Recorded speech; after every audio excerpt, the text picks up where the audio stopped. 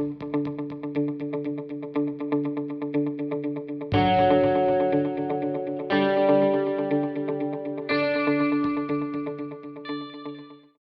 everyone, welcome back to the channel. I'm Adelaide. I'm Mylko. And today we're going to be watching and reacting PlayStation's August State of Play presentation. Before we jump into it, please remember to like and subscribe to the channel. It really helps us a bunch. And let's dive right into the video. Give me a fright. Hey everyone, I'm Lou Studdard, producer at Toys for Bob, and I'm here to talk to you about Crash Bandicoot 4, It's About Time. Crash 4 is a direct sequel to Crash Bandicoot Warped. The devious villains Neo-Cortex and Dr. Entropy have finally escaped their interdimensional prison, leaving an evil scientist-sized hole in the universe. Now they've got their eyes set on not only simply conquering this dimension, but all dimensions. And it's up to Crash and Coco to save the day.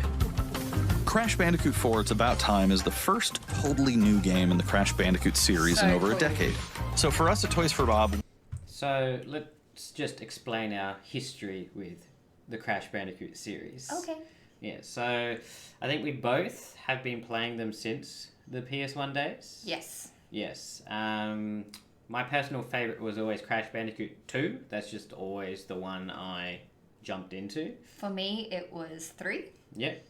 And did you play... You played all of the kind of other ones after the PS1 days? Yeah, I had a go. Like, when I had the original Xbox, there was a couple that came out on that, I'm pretty sure. Yeah.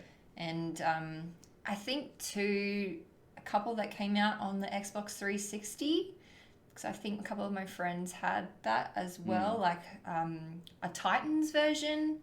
I'm pretty sure that the animation style was different. Yeah. But yeah, I've tried to stick with the series as they've come out, including the karting games, because I just love Crash Bandicoot. Yeah, and we're really happy with the remaster of the first 3 games, as well as 100%. as well as Crash Team Racing. Yes. Yeah, that's what it's called. So it's really cool that they're doing Crash Bandicoot 4, even though there's been quite a few of them. Yeah. Well over 4. A few that have come after the original 3, if you want to call it that. Yeah, so they're just kind of, not wiping them from existence, but kind of calling them not canon, I guess. Spin-offs? Spin-offs, yeah. So now this is like a direct continuation of Warped. Your favourite? My favourite, which is just so cool. We felt that it was important to reintroduce longtime fans, as well as new players, to this amazing franchise. First, we made sure to incorporate the classic tense, precise, and perspective-shifting platforming that we all fell in love with. And then, we wanted to introduce exciting new elements that we can't wait to show you today. Let's start with Insanity Beach. This is where Crash's adventure first started, and where we pick things up again in Crash 4. But there have definitely been changes since we first saw Insanity Beach all those years ago. Wow. And throughout Crash 4, you'll see those changes to our gameplay and even our art style. Our art teams wanted to take inspiration from not just the original games, but the animated cartoons that inspired those original games, all while also delivering bigger, more awe-inspiring dimensions to explore. Awesome. Throughout Crash 4, you'll see wide-open new vistas, new character models, and lots of expressive animations. And with all of that also comes new additions to the platform, like having the ability to wall run, rope swing, rail grind, and zip line as well. In the original trilogy, specifically Crash Warped, there were certain moments in the game where Crash would change outfits. Think Crash wearing a biker jacket when riding a motorcycle. That seemed like a natural area for us to expand upon. So we have loaded the game with tons of awesome skins that you can earn and wear throughout. So you just unlock them and you wear them whenever you want. That's really cool. It's not level specific. I keep using the word cool. I can't think of another word for it right now. The game. These skins are totally cosmetic and a fun way to express yourself while playing the game. And just to be clear, there's no MTX here. Skins are earned by completing different challenges and earning gems within levels. So no microtransactions. Yeah, and no, hopefully... Well, it could end up being a bit grindy, but remember in the team racing, how it took forever to end up getting any of the customization. That's an annoying one, because it started off with no microtransactions. No, and then, which was good. Yeah, which was good, and then they patched them in, which kind of was you were incentivized to do it because the grind was so tough. Yes. That's it. That was in the it's not the it was like the thing they added onto team racing, wasn't it? It's like the Grand Prix mode. Yes. It wasn't actually like the story. And it's weird, like I could be totally off base here, but like I recall when we first started playing that it wasn't as bad or as much of a grind. Like there was a bit, but as soon as they introduced the option of paying with real money, it just seemed like it got 10 times harder. But I don't know. That's just my thoughts on the matter. Yeah, it's hard to kind of hard to qualify it properly without proper statistics. It's hard not to think if they're adding in these microtransactions that they're just a sneaky tweak to the gameplay to make it to push you in that direction. Exactly. But I like how in this game they're saying, yep, you just earn it as you go, and hopefully that means that it's within reason, how you earn it. And hopefully they stick with that. Yes. Crash 4 also introduces the quantum masks, the powerful protectors of time and space. Right, okay. Crash and Coco will need their assistance throughout the game to tackle the crazy challenges that we're going to be throwing at the player. Whether it's Ika Ika, who gives you the ability to instantly flip your center of gravity at the press of a button, Kapunawa, who allows you to slow down the world around you, or Lonnie Lowly, who allows you to phase shift elements in and out of existence. Bending the rules of reality and altering your environment with these new masks is a must. We also can't wait to talk to you about the fourth mask, Akano, but that's gonna have to wait for another day. What we can tell you today, though, is that Crash isn't the only character you get to take control of during this adventure. Okay. For starters, you can play the entire game as Coco. The entire game? Any level that you can play as Crash, you can also play as Coco. It was also very important for us that she take a more prominent role in the story this time as well. But that's not all. We've got a few other characters that you'll get to control at key points in the adventure, so that they can provide their own fresh perspectives and new gameplay. Here you can see that you'll be taking control of Neo Cortex. Oh, nice. He's all about using his blaster He looks a to bit different. change he does an look enemy a in bit his path. In addition to playing as Cortex, we're excited to reveal that for the first time, you'll also get to tail slap your way through crates as Dingo Dial. Dingo Dial? You get to play as Dingo Dial in Crash 4. That's an interesting A lot has choice. I changed wonder in the why years since we last saw Dingo he Dial. was picked. In fact, he hung up his old flamethrower rocket launcher combo when he decided to retire from a life of villainy and open a diner. Unfortunately for Dingo, fortunately for us, his adventure begins by witnessing the destruction of said beloved diner and getting sucked into another dimension. Finally, there's one more surprise I'm incredibly excited to show you today. The Crash Bandicoot series has always been about finding new and exciting ways to play through the game. In the past, it's been about taking on time trials or discovering all the hidden secrets. Well, for Crash 4, we wanted to bring something brand new to the table. So we teamed up with our friends at Beanox to create a brand new style of play for Crash 4 that we call Inverted Mode. It's our souped-up, bumpa-berry-fueled take on a mirror mode. Not only are perspectives shifted, but now each of the dimensions are rendered in a new and unique art style that really changes the look and feel of the experience. One dimension could be asking you to this traverse level through a remind neon you of the wasteland, first while game, another tasks Lost players with Island? spinning paint all over the environment to see their path forward. We've even got one that feels like an old-timey movie, with the overcranked camera speed increasing the actual speed of gameplay as well. Once unlocked, looks players can really replay good. all the game's levels with a totally new and dynamic look and feel. It's an incredibly fun feature that is going to give every player, especially the completionists out there, a reason to revisit each level again to see what new and exciting experiences in store for them. So that's some of the new stuff that we have in store for you in Crash Bandicoot 4, It's About Time.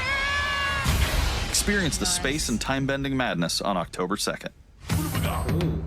Very cool. I like the look at that. Me too. Yeah. And I mean, we've already got this game pre-ordered, so we're already going to play it. It just looks so good. And, you know, Crash has always been a huge part of, like, our gaming lives. If you're following us on Twitch, you'll see that a few of our Twitch themes and overlays and alerts and stuff are Crash Bandicoot themed. So, yeah. Yeah, well, it's been a heavy influence for my, I guess, gaming life, in that Crash was one of the first game series that I got my hands on as a kid to play. Yeah. And I absolutely fell in love with it. And I guess that love has stuck around because, I mean, I'm so hyped for this game and I can't wait to get my hands on this one and play this one. So yeah, and it looks like it's from the very short levels that we've seen, short selection of levels. It looks like the challenge is still going to be there. Oh, yes. Yeah, so it looks like it's going to get tough at times, which is good. Yeah, but I like the ingenuity. Like, ingenuity, yeah. Yeah, of all the different levels that we got to see, but stuff. Also the different ways that those levels can be seen, be played. Like, that's really cool to me. Yeah. How there's more replayable value there, if you will. So, yeah, I'm really stoked. Yeah, 2 thumbs up. October 2nd. Today's State of Play is loaded with third-party updates for PS4 and PSVR, and some new PS5 gameplay too. We open the show with an all-new look at Crash 4. It's About Time, coming to PlayStation 4 on October 2nd. Now let's keep the party going with the latest from IO Interactive. I wonder what other characters in Crash you'll be able to play as. Or like if they add any more stuff. So we saw a little bit of the new Hitman in was it the Future of Gaming presentation from PlayStation? Yes, I'm pretty sure it was. Yeah. Besides, this is your big day. You should mingle, have fun. Oh, don't worry about that. My art speaks for itself. Well, I have to go. I'll call you when I get back tonight. VR mode. A bit concerned when we started zooming in on his head.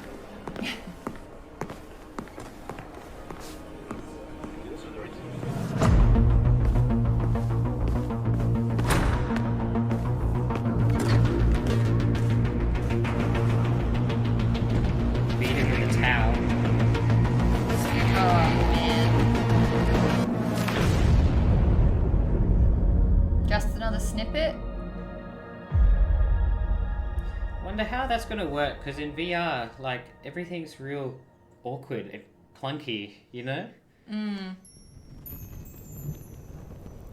Not actual gameplay. What's this?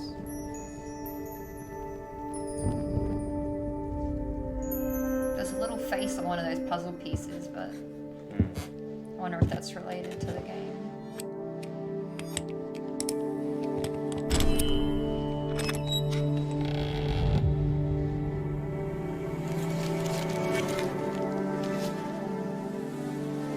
Reverse time.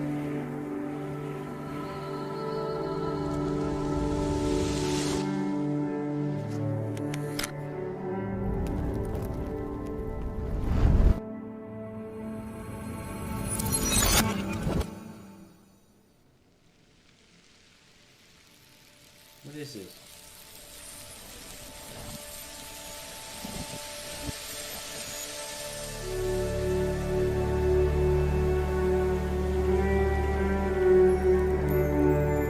I don't know about you, but this music's really nice. Yeah.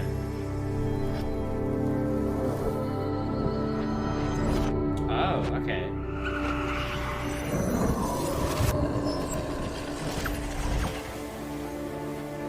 I feel like I've seen this character before. Yeah, it's an old game. Braid. Huh. I haven't played that in ages.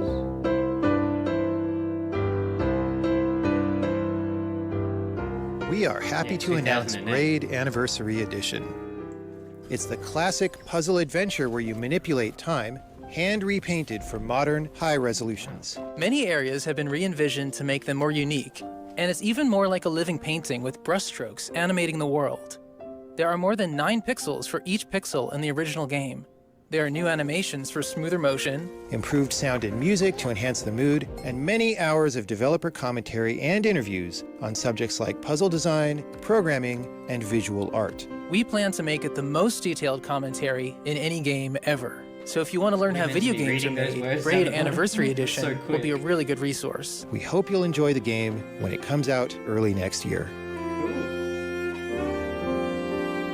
That'd be something you'd be interested in. based on the visual. I never got to play it, so...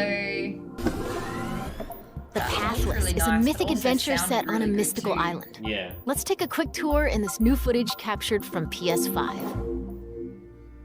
Hi everyone, this is Matt Nava from Giant Squid.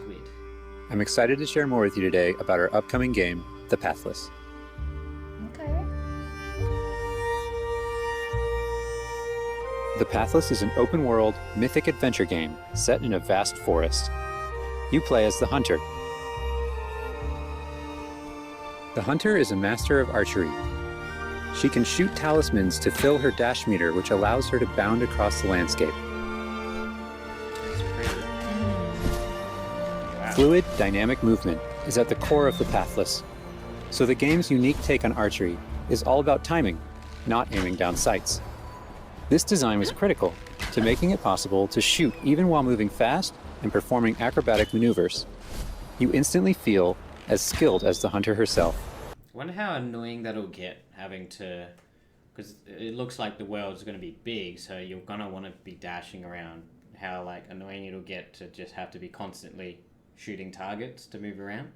It might show something else, though.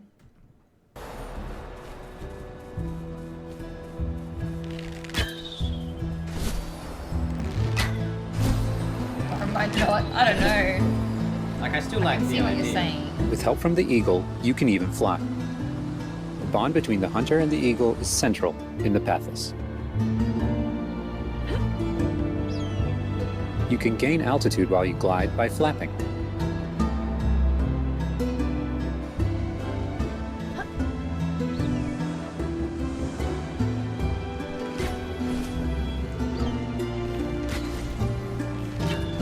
Make sure you pet the eagle to keep it clean and in good flying condition. Is the flag. Yes. Did he say keep it clean? That's what I heard. You'll find secrets all over the island, if you know where to look. But that didn't look like it was dirty. That looked like it had fire on it. Oh. So maybe it's just the... Collecting crystals will let you upgrade the eagle's style. ability to flap.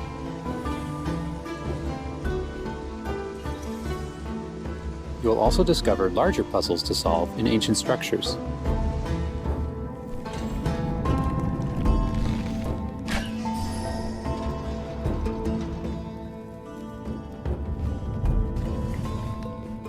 Puzzle solving kind of reminds me of Zelda. Yeah.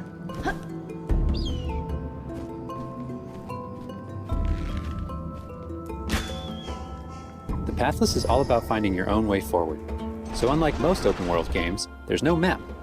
Instead, the Hunter can use her mask to peer into the spirit world and discover distant landmarks. It even shows you where you've been. Getting to higher vantage points will let you see further with spirit vision. So light plays a huge part in indicating where to go and what you're doing and whether you're successful at achieving a certain action, I guess. So maybe that is just the indicator on the bird. Like it looked like it had lit up on its chest. yeah. So maybe it's just the lighting effects and how it's used as a mechanic in the game to push you forward or to be aware of something. Yeah.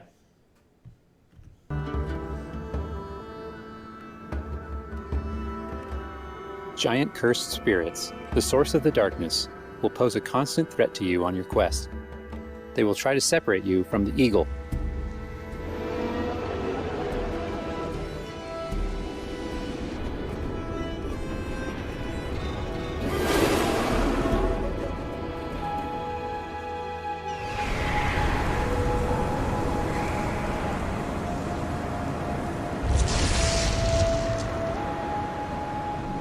Looks like the eye Stay that still she in the had on light her to avoid mask. detection.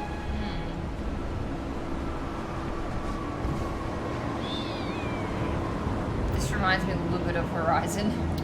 Yeah. Avoiding like the lights and the grass. Yeah.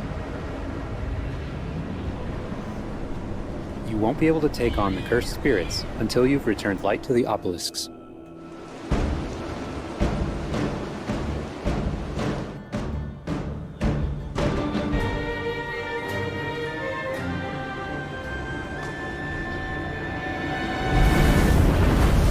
When the obelisks are restored, the cursed spirits will be vulnerable.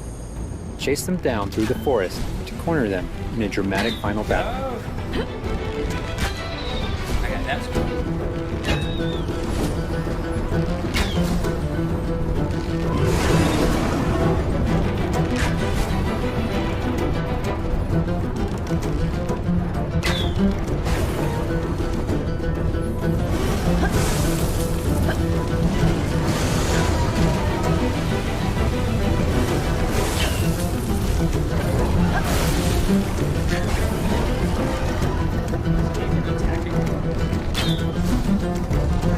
It seems like it's evading. Yeah. Oh, here we go.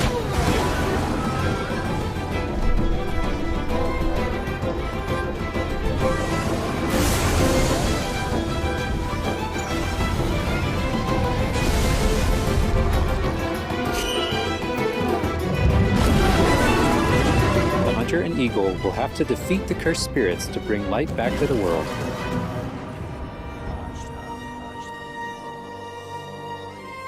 I hope you've enjoyed this overview of The Pathless.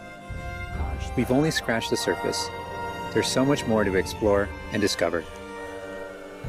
The Pathless is coming out later this year. Thanks for watching. They say that was coming out of PS5. I'm assuming so. I think they said it was played on the PS5 for this. Yeah, oh yeah, PS5. Looks interesting. Next up, let's see what's in store for Spelunky 2. Hi, my name is Derek Yu, and I'm the creator of Spelunky. Look at this little character. It's so cute and For Spelunky 2, I wanted to make sure we made something that got old fans excited and also brought in new players. It was important we didn't change the things that made Spelunky such a unique experience in the first place. So many people became fans of the game through their friends and family, and even strangers on the internet. That's one reason why we're adding online multiplayer, so that more people can play the game together. And I also wanted to include that feeling of community into Spelunky 2 itself to make sure that the game felt welcoming even though it's difficult. In Spelunky 2, when you do runs and discover new characters, you'll also be building an in-game community and family. I designed the world of Spelunky 2 to feel much more rich and dynamic than Spelunky 1. It's going to feel a lot more full. Players will be able to explore and interact with it in lots of new ways. For example, you'll be able to ride turkeys, such a random find hidden choice. passageways, And I'm glad it's there. and you'll have to choose between branching paths as you make your way deeper into the caves. Oh, I hate branching paths. I never know if I'm going the right way. As a or what result, I'm the stories missing. players create will have much more texture to them.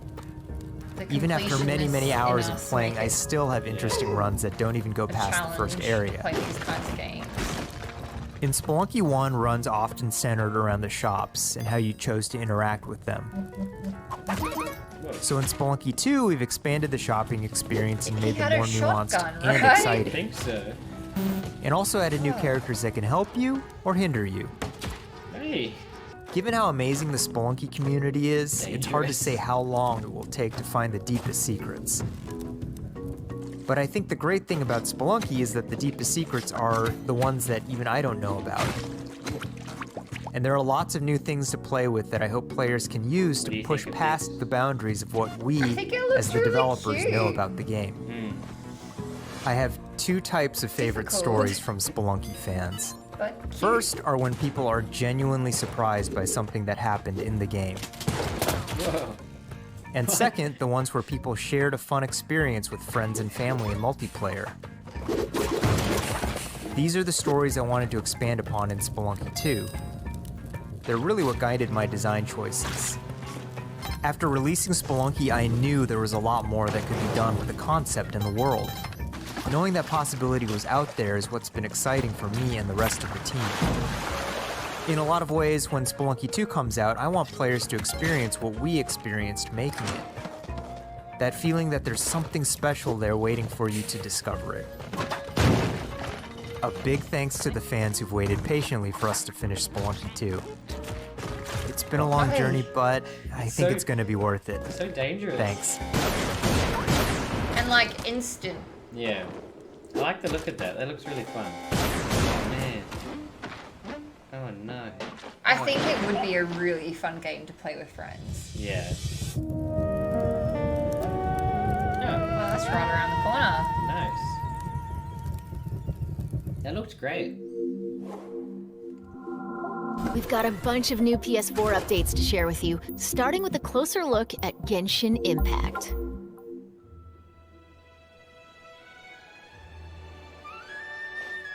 Hey, there's something strange over there. Come on, let's take a look.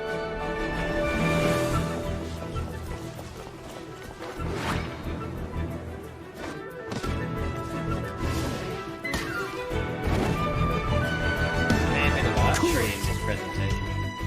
Pardon?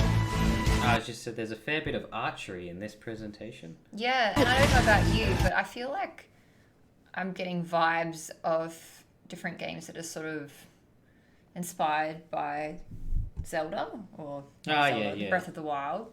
Mm. Like art this, styles and yeah, stuff. the art style Yeah. mainly. Like this and Pathless.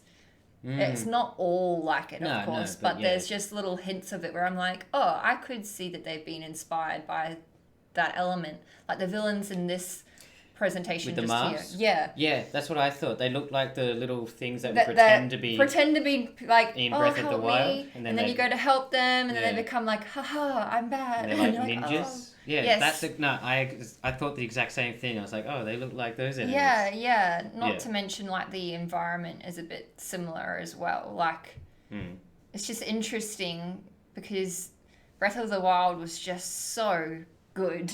Yeah. And obviously it's had a big part or big role in helping other games like come along. Yeah, develop. Develop? Yeah. Yeah. I hope that makes sense. Mm. I summon thee! Even the climbing. I wonder if all surfaces are climbable though. I like the colors. Wow, the city looks awesome.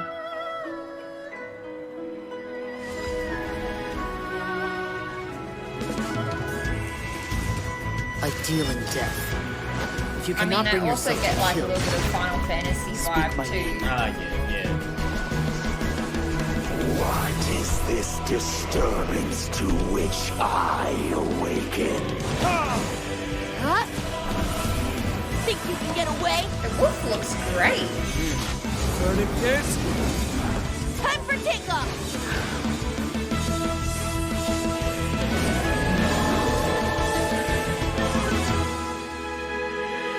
Like with these types of games, I'm always blown away by art style. Yeah. Like despite being able to go, oh, I could see that they could be inspired by this or that, they still have their own little bits that are theirs. And you're just, for me anyway, I'm just like, oh, that is just so cool. Like art style is a big thing, but even music, you know, how it moves you in the game. Yeah. It's just really nice to see how far games have come. It's just so cool.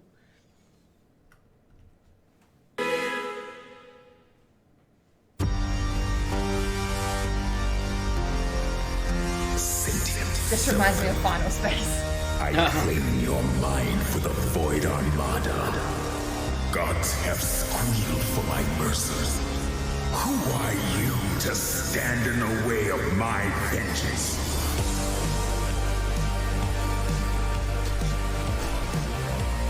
It's a fighter? Yeah. This ambition of yours, what a waste of stardust.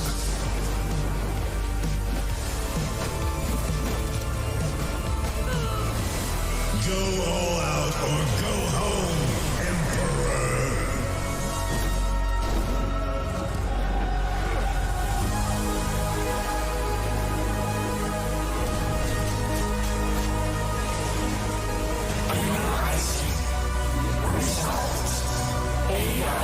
Well, this is nothing like Final Space.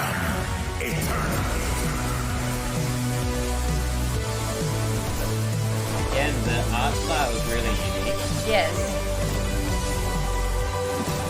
Music meshes with it really well.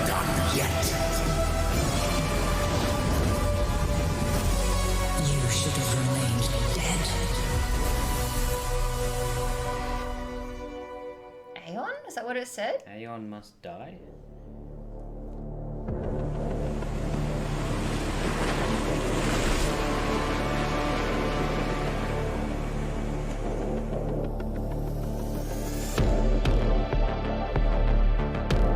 I like this music.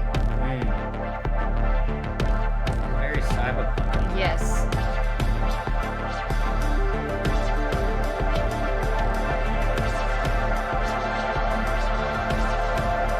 Are we running away from something or running towards something? Or is it both? What's going on?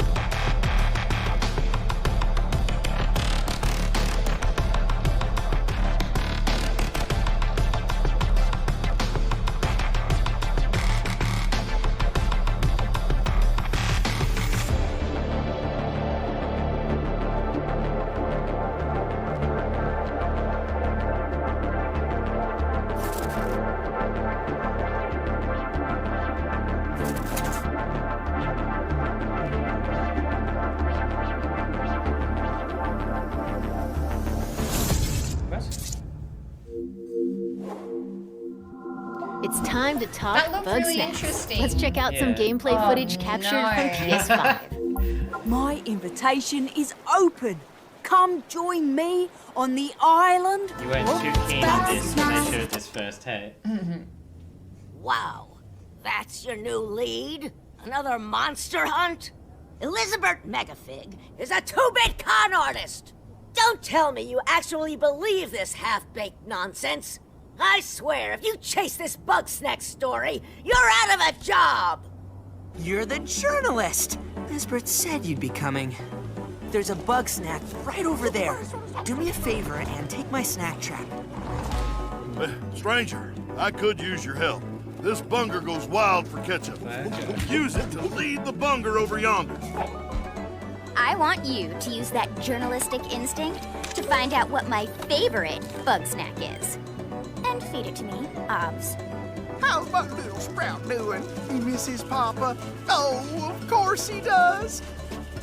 Well, I have a few prototype traps that I could put to use. Yes. You're pretty good at stuff, and nobody hates you yet. You can catch bug snacks and bring everybody back to Snacksburg. Well, say you do find these Bugsnax and make it back alive. You just might keep your job. Now get going and try not to fall off a cliff.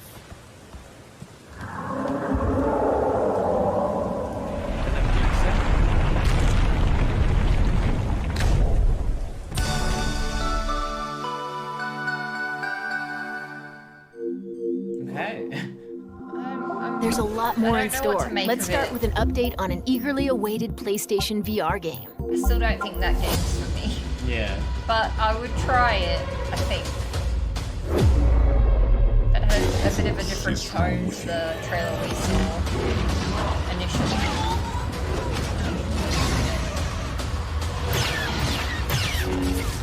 You must stop Vida. I don't understand why you never mentioned that you had the Force.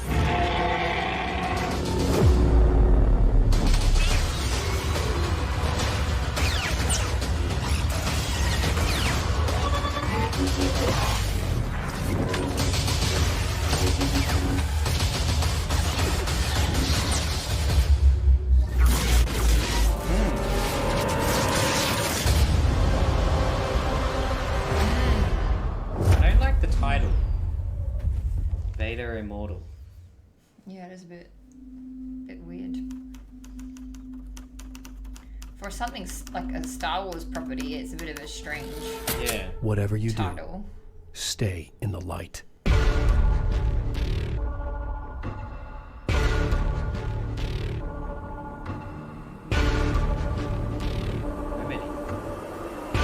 Hey. Is this like a Yeah, control that's type of control. thing? But is this like an Alan Wake thing?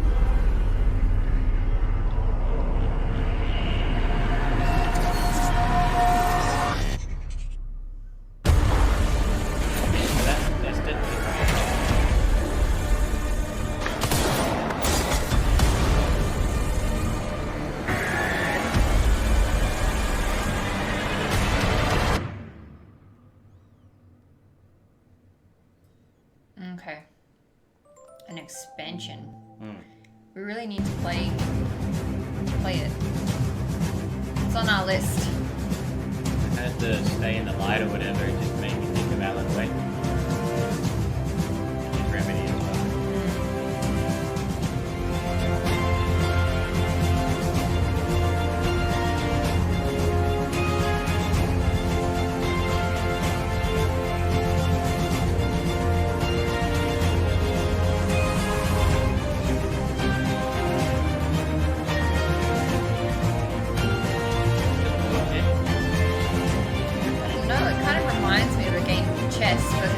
Definitely not playing like it.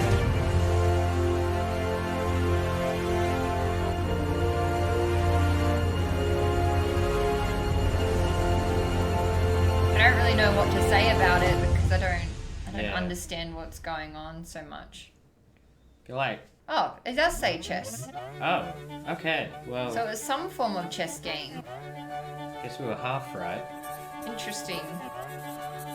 Doesn't look like any chess I've played. No.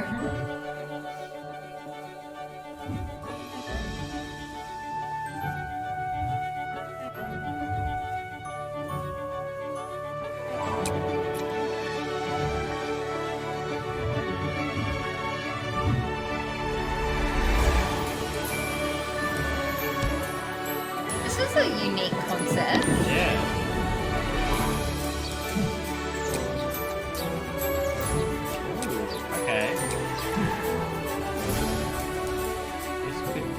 Oh, they're layered. Complicated. He was giving power to them. Yeah.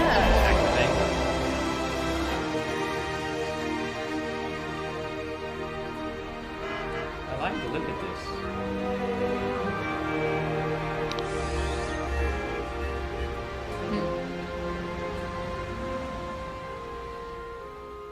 Pedestrian. Okay. I found that really interesting. Yeah. Now let's take a look at 2 new games headed to PS5. Okay. We are the forest shadows. Ghosts running silently between the straight, cold lines of a corrupt state.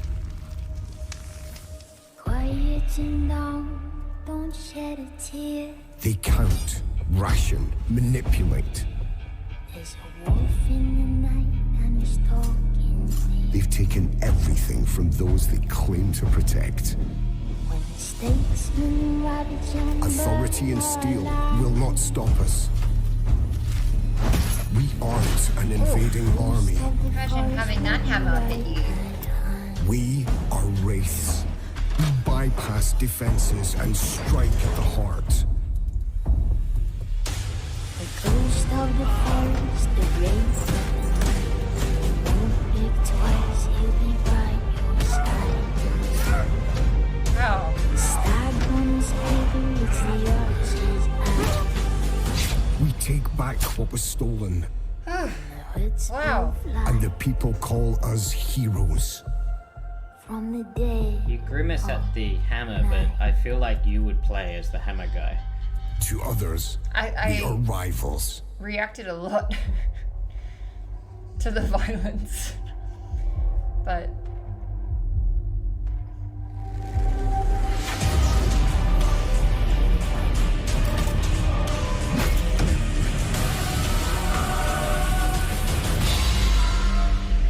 We are all outlaws. But some of us will become legends. Okay. It's both lies. Didn't really give us much to From the day. go with. Night.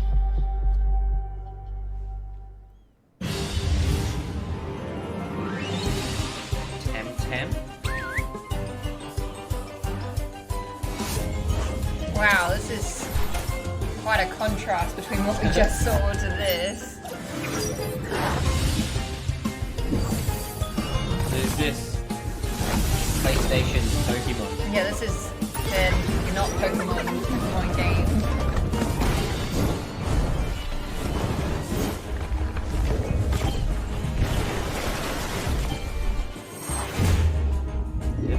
seems that way.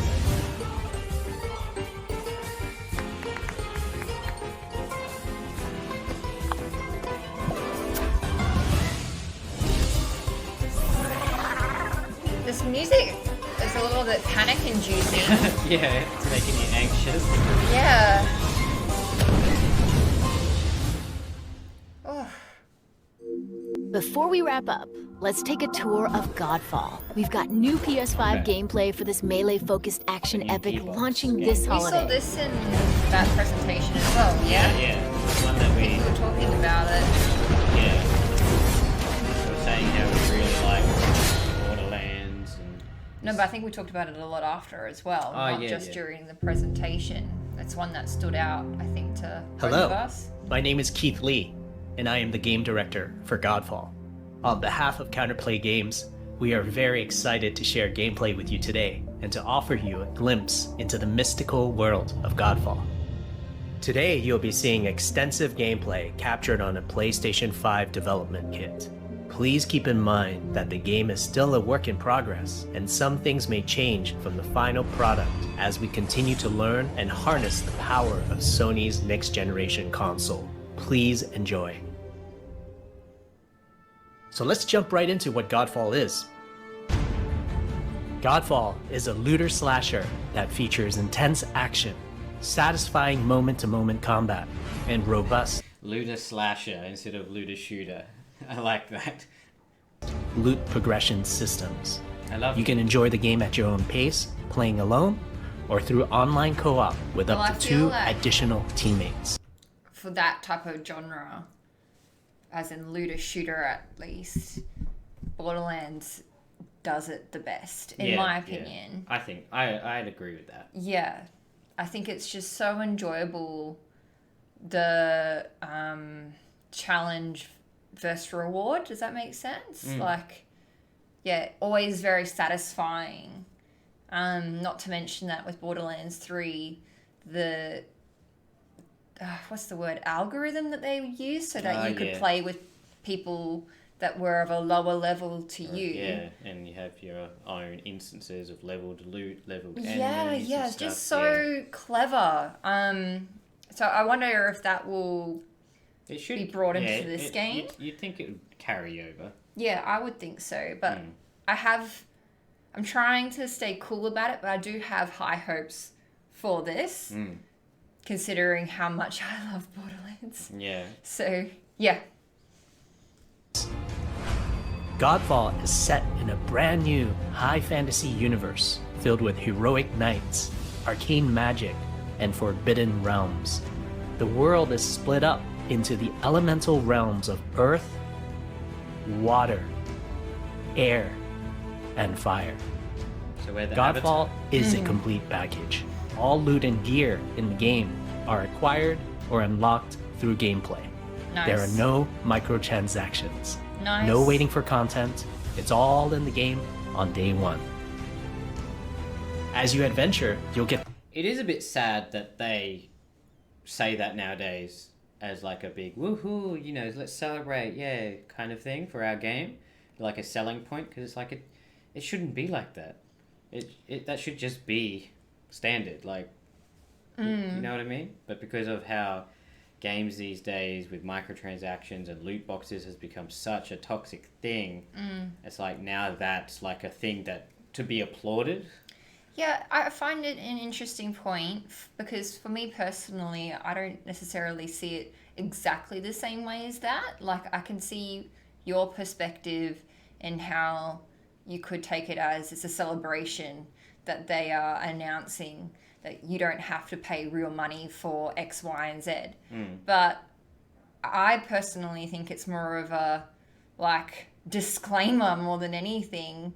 And I know that's sort of what you're saying, but I don't necessarily think of it as a celebration as such. It's more of like this is how a game works. Like, but I can see what you say. Does that make sense? Yeah. So then in that case, games with microtransactions should state that. Yes. That's where I was going. Thank you for the clarification. But yeah, I just think that, you know, as you say, it's so toxic. And I mean... Not all the time. Not all the time. Yeah, like there's certain games like Well, I know our personal experience with Need for Speed. Oh yeah, that was really an interesting, interesting time. But then you look at ones like Overwatch, where I don't even think I've seen a screen from like when advertised advertising specifically it. for it. And No. if you do kind of buy into that, all you're getting is cosmetics and skins and things like that. I think there's definitely a right way to do it, where if you are going to have those microtransactions, it shouldn't impact the actual gameplay itself. Like, I don't think it's fair if you were to have an online multiplayer game where if someone had the money to just throw at it to have the best character with the best gear and obviously take over the game, have monopoly of the game, and the people who don't spend that money obviously suffer for it, but they've still spent the same money on the base game. I just don't think that's fair at all. No. But if it is cosmetics related, okay. Yeah, like Sea of Thieves. Yeah, exactly. Everyone has the same weapons. Everyone has the same equipment. Yes. If you want to spend the money for a big pinata ship, yes, you can. Exactly. But I think at the end of it all, I'm a little bit opposite to you in that I see it more as a disclaimer when the games do announce that there are no micros. Less of a celebration. Yeah, and less of a celebration, and that it should be more so with games that are including it, that they should state that ensure that they're stating these are what it's for, and this is how it works. I don't know. Yeah, but they won't, because then people won't buy the game. It's well, hard. isn't that saying something then? Yeah. To tear through enemies, to challenge a mad god who awaits you at the top. You play a Valorian knight, a godlike warrior able to equip valor plates, legendary armor sets that transform you into an unstoppable master of melee combat. Throughout your journey, you'll find ancient valor plates lost in time, each with their own characteristics and long history. Now let's talk about gameplay in Godfall. First, our team wanted to do something different. We wanted to combine action RPG loot progression with third-person melee combat to create what we think is a looter slasher. Our game is therefore one part gear-driven and one part player skill-driven. In other words, not only do we want you to find exquisite weapons with powerful loot traits, but we also want you to have that feeling of accomplishment or mastering the wide set of combat mechanics available to you in Godfall. Okay. From a combat philosophy perspective, the melee combat in Godfall is intended to be fluid, dynamic, and interactive, embracing offense over defense. More often than not, you'll be facing multiple enemies at the same time. As a result, you should always be moving and closing the gap on enemies. Embracing the offense. Also, you dominate the combat space, not the enemies, and the game rewards you for being aggressive. Now that you're familiar with the combat philosophy, let's dig into the weapons themselves. In Godfall, there are 5 weapon classes: the longsword, the dual blades. So I know in Monster Hunter World you go dual blades. I do. Do you think you'll go dual blades with Godfall? We haven't seen the rest of the options yet. The polearm, the two-handed warhammer. Oh, look at that. And the two-handed greatsword. Each weapon class has their own unique movesets and playstyles ranging from fast combos to more strategic, deliberate play. As you defeat enemies in your adventures, you will acquire That was a numerous two-handed weapons weapon though, right? for each weapon category, each weapon That with he their was own holding? primary and secondary traits. Yeah. At a later date, we will delve into the weapon classes and how to modify them in greater detail. If For it now, was, that's we'll unusual. go over the Normally, dual blades and the you don't get longsword that weapon option. classes. When you've got a two-handed. The dual Yeah. blades are the fastest weapon class in Godfall, embodying speed, fluidity, and mobility. The dual blades are exceptional against soft, unarmored targets or single targets. I like You can the perform a combo headpiece. by executing 4 consecutive light attacks. The Dual Blades heavy attack is a spinning blade cyclone. The blade cyclone can also be used as a finisher at the end of your light attack combo. So what are the signature moves for the Dual Blades? As you build up charge, you can also activate Inner Focus, which is unique to the Dual Blades, which inflicts massive damage in a short period of time. There's also Mortal Coil, where you can throw your blade into an enemy, pulling the enemy towards you, like pulling a cable. Now let's switch to the longsword weapon class. Very heavily. Longswords are balanced weapons, embodying crisp damage and simple cooldowns without needing a lot of elaborate combo setups. Similar to dual blades, longswords have their own 4-hit light attack combo. Then there's the heavy attack finisher, which can be used at the end of your light attack combo. There are 3 signature moves for the longsword class. There's Spectral Flurry, which cannot be interrupted and deals high damage to multiple nearby targets. Then there's Spiral Technique, which eviscerates all enemies in a straight fixed path. Notice there's a white flash after a longsword swing called a timing attack. If you press the shield button exactly at the same time, you'll perform a devastating shield uppercut with your longsword. The shield is a core part of Godfall. It's available to you throughout the entire game. You can always block incoming attacks with your shield. If you press the shield button, it looks like he has a physical shield here, but with the dual blades, it almost looked like more of a magic shield that came out, popped up. At the right time, you can also parry an attack. You can perform a light attack after a last-second shield block to counterattack with a powerful shield strike. The shield is great not just for defense, but also offense. You can aim and throw your shield, which will hit multiple nearby targets. If you tap the shield button just as you catch your shield, you can perform a powerful wave attack. Oh, nice. You can double tap the shield button to petrify enemies. And of course, you can perform an R3 ground finisher on enemies that were knocked down to the ground. I like how where you're swinging your weapon, you have that line effect of the action. Yeah. And it lingers for a little bit of time. Is that Reinhardt?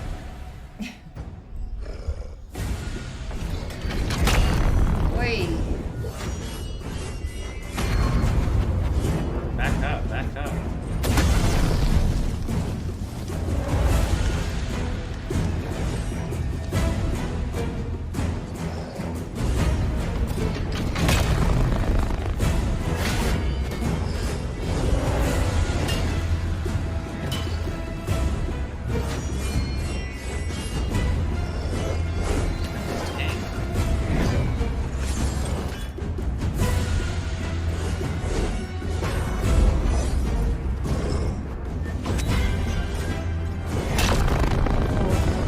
I wonder what that will actually feel like when you're playing. Yeah.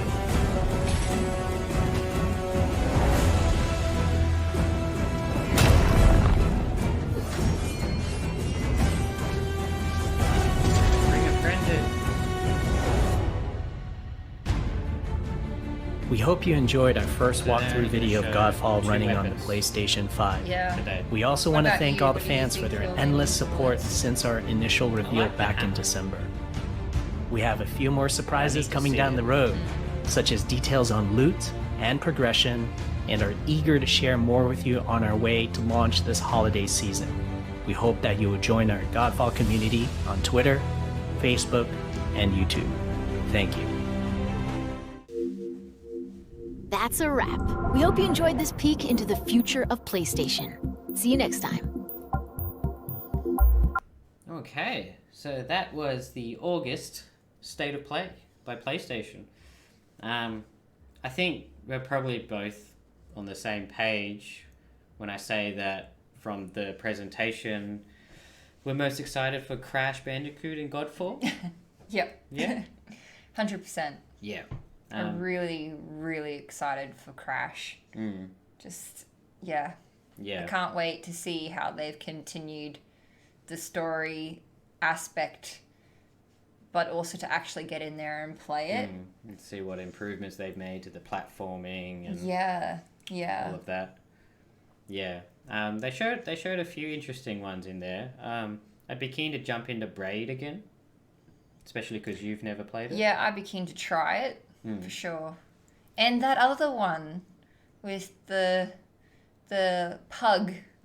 The pug? Spelunky 2? Yeah. Yeah. Actually, I really like the look I of think that would be really fun to play together, actually. So I'd like to give that a go as well. Yeah, no, that did look really fun.